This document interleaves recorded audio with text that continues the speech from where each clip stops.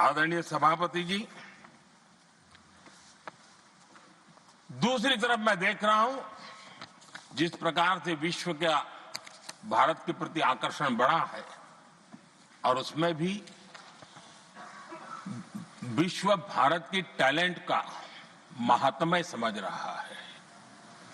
हमारे पास आज दुनिया का बहुत ही महत्वपूर्ण टैलेंट पूल है, युवा टैलेंट पूल है, जिसके पास सपने भी हैं, संकल्प भी है, सामर्थ्य भी है और इसलिए ये दूसरा सुयोग है।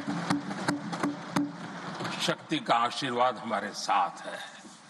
आदरणीय सभापति जी, भारत आज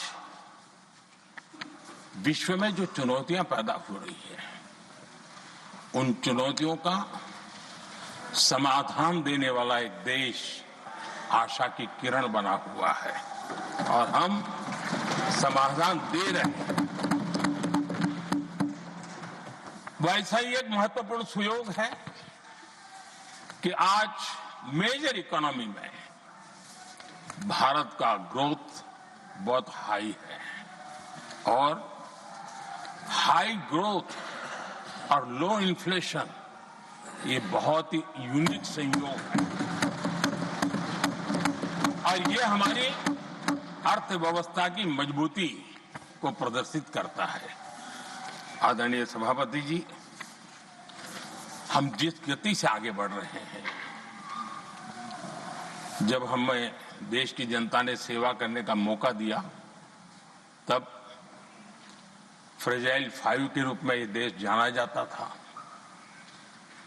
जब हमें अवसर मिला तब देश आजाद हुआ तब हम दुनिया में 6 नंबर की इकोनॉमी थे, लेकिन इन लोगों ने ऐसा एक हाल करके रखा कि 11 पे पहुंचा दिया। आज हम 3 पर जाने की दिशा में तेज गति से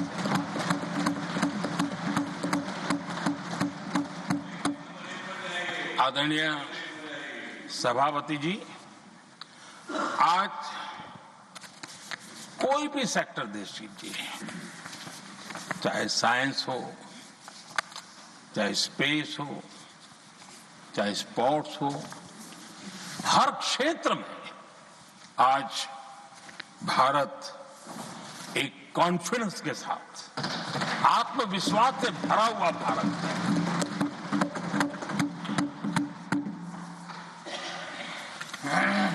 कोविड के बाद विश्व में जो स्थितियां पैदा हुई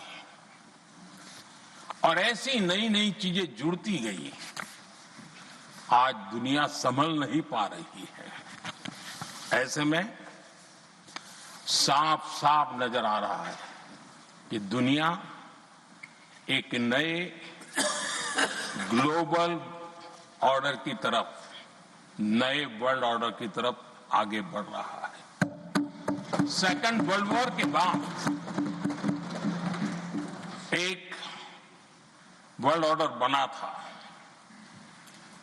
अब एक नए वर्ल्ड ऑर्डर की तरफ विश्व बहुत तेजी से आगे बढ़ रहा है और सबसे बड़ी खुशी की बात है, सारी घटनाओं का और राजनीतिक तरीके से निष्पक्ष भाव से विश्लेषण करेंगे तो झुकाव भारत की तरफ है।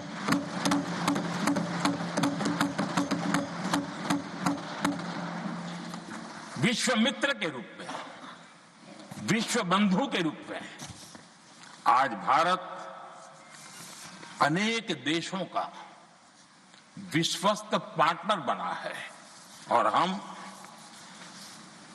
कंधे से कंधा मिला करके विश्व कल्याण की दिशा में भी अपनी उचित भूमिका निभा रहे हैं, अपने सामर्थ्य से सहाय भी कर रहे हैं। आदरणीय सभापति जी, आज पूरा विश्व ग्लोबल साउथ की चर्चा करता है, लेकिन उस चर्चा के सूत्रधार के रूप में आज भारत वैश्विक मंचों पर ग्लोबल साउथ की बुलंद आवाज बन गया है।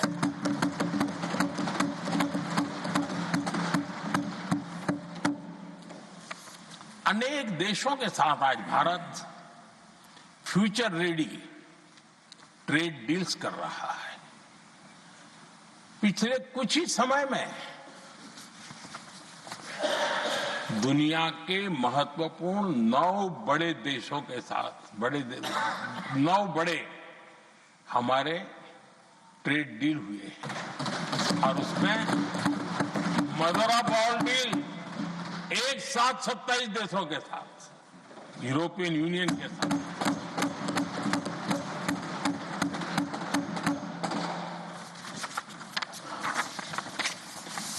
जो लोग थक गए,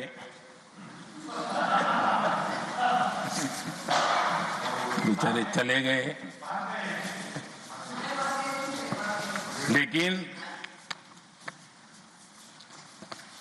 कभी न कभी उनको जवाब देना पड़ेगा कि देश की ऐसी हालत कैसे बना के रखी थी कि दुनिया का कोई देश हमसे डील करने के लिए आगे नहीं आता था।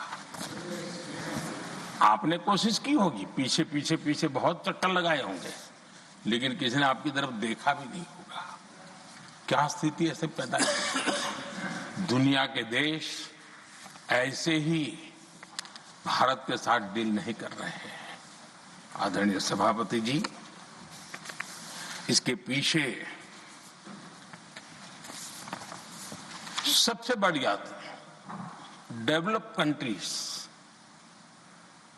एक डेवलपिंग कंट्री के साथ डील करता है ना, वो अपने आप में भी अर्थ जगत के लिए बहुत बड़ा है।